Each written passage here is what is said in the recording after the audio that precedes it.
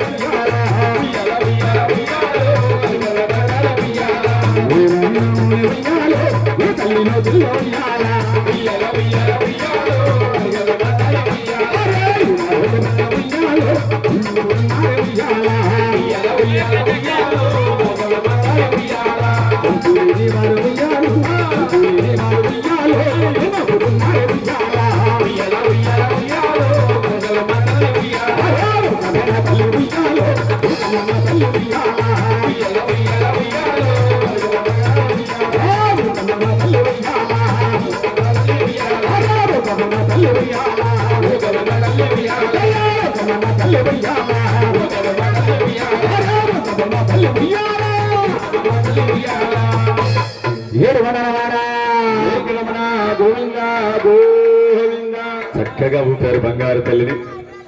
ఎంతో పుణ్యం చేసుకుంది ఈ రోజు మన తిరుపతమ్మ తల్లి. తెచ్చి చిన్నగా వేయండిదమ్మా. ఆ ఊయలను తీసి మూట కట్టి అక్కడ కుంకుమ పూజ దగ్గర పెట్టి ఆ కుంకుమ పూజ ఊయలక్క చెయ్యాలి. అమ్మ కుంకుమ పూజ ఉయ్యల్లోకి చేయండి తల్లి. ఆ ఉయ్యలను మూట కట్టి అక్కడ పెట్టండి. ఆ గౌరీ మాత పక్కనే. ఇక ఇక్కడ నుంచి గౌరీ మాతకి ఉయ్యాలకి కుంకుమ పూజ చేయండి. ఇక ఇక్కడ నుంచి పూజలు అందుకుంటున్నటువంటి ఆ యొక్క ఉయ్యాలలు సంతానం లేనటువంటి వారికి ఇవ్వడం జరుగుతుంది. దయచేసి నిండు మనసుతో ఎవరికి ఏమి కావాలో ఆ వరాన్ని ప్రసాదించేటటువంటి బంగారు తల్లి మన లక్ష్మీ తిరుపతమ్మ. దయచేసి కూర్చోండి తల్లి, కూర్చోండి అమ్మ, అందరూ కూర్చోవాలి.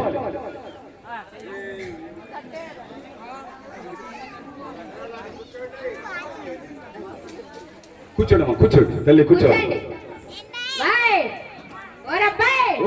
ఉయ్యాల పట్ల అంటే ఇయ్యంటరా ఈ కాకపోతే మరి అయ్యమ్మాయి ఉయ్యాల పట్ల అంటే ఉయ్యాల పట్ల అంటే ఈ రకంగా ఉంటాయా? మాకు బ్రహ్మాండంగా పాడతానరా. నువ్వా?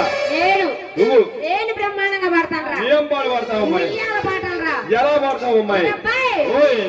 ఎన్నేళ్ళు అవుతున్నా సంతానం కలగలేదని చెప్పి రోజు పొయ్యి ఎలిగించి మీద నీళ్లు పెట్టి పొయ్యి కాడ కూర్చొని ఆలోచిస్తున్నాను రా అబ్బాయి. పొయ్యి ఎలిగించావా లేదా? ఎలిగించాను రా. పొయ్యిల మీద నీళ్లు కాగుతూ ఉండగా ఆలోచించాను రా. ఉయ్యాలు ఊపే కోరిక ఈ జన్మకు తీరేటట్టు లేదు కాబట్టి ఉయ్యాలో మా ఆయన్ని పడుకోబెట్టి ఊపితే గాని నా కోరిక తీరదనుకున్నాను రా అబ్బాయి.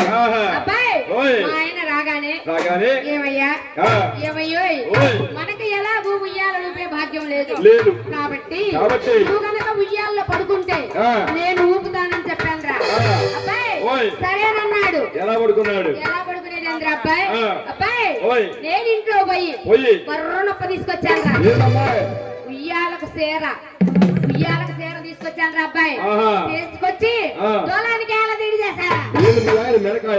వచ్చినోడా నీకేస్తా ఉరి. నాకేం తెలుసు ఎలా తీశారంటే మరి మా ఆయన పడుకోబెట్టడానికి ఉయ్యాల చీర వేసాను రా. చిర్రగా బిగించాను రా. ఎక్కి పడుకోమని చెప్పా. ఎలా పడుకున్నాడు అనుకున్నావు? మా ఆవిడ కనుక ఉయ్యాలు ఊపుతానంది. ఉయ్యాల్లో పడుకోమని చెప్పి కాలు మీద కాలేసుకున్నాడా, రోడ్లో ఏలేసుకున్నాడా. అది నీకేస్తారా సచ్చినోడా పచ్చిగడ్డి? లేకపోయేటప్పటికి అబ్బాయి ఇక పడుకుంటే ఉయ్యాల పాట నేను మొదలు పెట్టాను రా. జోవచ్చుతానంద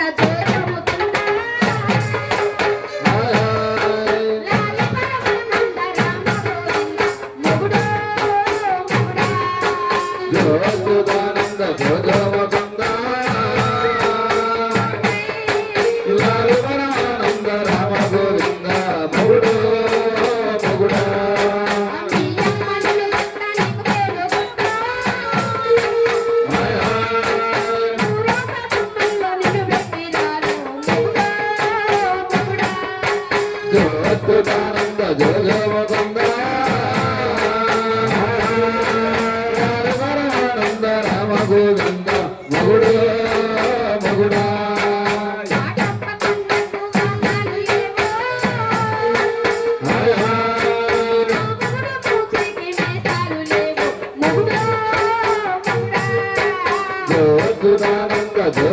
గోవింద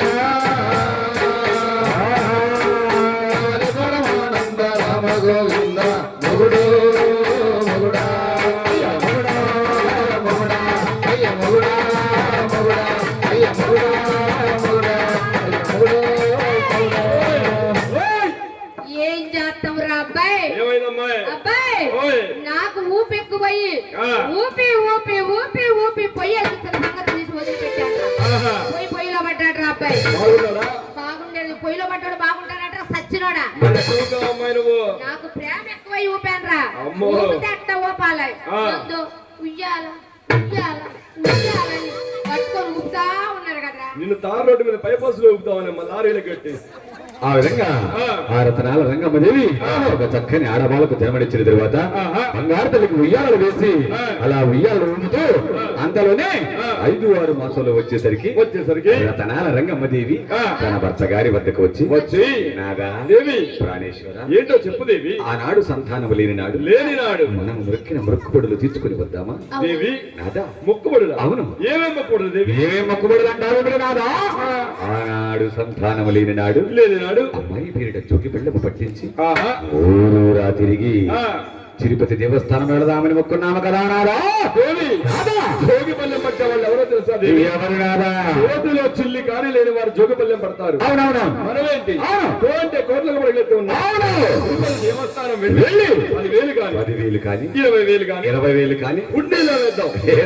అంతేగాని అని జోగిపల్లెం పట్టే ప్రసక్తే లేదు దేవి. అలాగైతే నాదా దేవి అమ్మాయి పేరిట అచ్చూసిన మాపోతులు వదులుతానని నాదా దేవి నీకు నాకు ఇట్లే ఇక్కడ ఉన్నాడు చూడు మన డోలక్కోడికి ఇడుగో ఇక్కడ కూడా అదరాబిదరా వేసిన ఆవిడ కుడు మొగోడు ఇందాకనితే తల దించుకోవడమే కానీ ఎత్తున కాదు నిద్రపోతున్నాడు. ఈ డప్పుడికి ఇద్దరు కూడా కడుపులు మేకునే గుడ్లు మాకునా ఏ 10 పోగడానికి మయానకాలు వస్తున్నా మాత్రం తీసుకోలేవా నాదా ఇంకా ఏం మొక్కున్నాను తెలుసా? ఏమేమి మొక్కలు మొక్కదవి? అమ్మాయి పేరిట తిరుపతి దేవస్థానం నందు ధ్వజస్తంభం ఎత్తిస్తానని మొక్కున్నాను మంచి మొక్కలు మొక్కావు అని చెప్పి ఆ రతనాల రంగమ్మది వెంట ఉండగా అంతలో నీ కొల్లా శివరామయ్య గారు తన పాలేర్ల వద్దకు వెళ్ళి ఒరే సముద్రయ్య ఒరే సాగరయ్య రేపు వేకుతామని 101 బండి కట్టుకుని తిరుపతి దేవస్థానానికి వెళ్ళాలి పళ్ళ సంగతి చూడండిరా అని చెప్పి ఈ విధంగా బయలుదేరి వెళ్తూ ఉన్నారయ్యా. రామ రామ జయ రామ రామ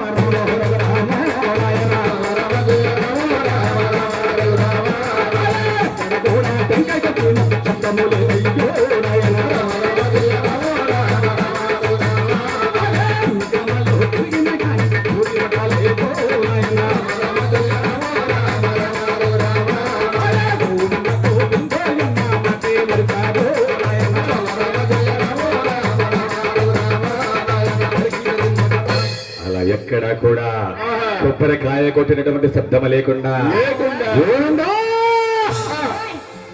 అని నామస్మరణ చేయకుండా తిరుపతి దేవస్థానం వెళ్తూ ఉన్నారట. అలా వెళుతూ ఘోరారణ్య మధ్యకు చేరుకున్నారు. అందులోని అక్కడ ఉన్న బోయవారుడు పిలిచి అయ్యా బోయలారా, అమ్మాయి పేరిట తిరుపతి దేవస్థానం నందు ధ్వజస్తంభం ఎత్తిస్తానని ముక్కు ఉన్నది. కాబట్టి 1 రోజు కాదు 2 రోజులు కాదు 12 రోజులు గాలించైనా ఒక చక్కని వేపమానను కొట్టుకురండయ్యా అన్నారట. ఆ మాట ప్రకారం 1 రోజు కాదు 2 రోజులు కాదు 12 రోజులు కాలించినా కానీ స్తంభమునకు సరిపడా మాని వారికి దొరకలేదట. అది చూసిన పోయేవారు పరుగున కొల్లా శివరామయ్య గారి వద్దకు వచ్చి అయ్యా శివరామయ్య గారు 12 రోజులు 12 అడుగులు కాలించినా కానీ ధ్వజస్తంభమునకు సరిపడా మాను మాకు దొరకలేదయ్యా అన్నారట. ఆ మాటలు విన్న శివరామయ్య గారు అయ్యా పోయేలారా, మీరు చేయగలిగినది ఏమున్నది నాయన అని చెప్పి రంగమ్మ వద్దకు వెళ్ళి ఏమే రంగా ఏమిటండి 12 మంది 12 రోజులు 12 అడుగులు కాలించినా కానీ ధ్వజస్తంభమునకు సరిపడా మాను మనకు దొరకలేదు, వెనుదిరిగి వెళదాం పదవి అన్నాడట.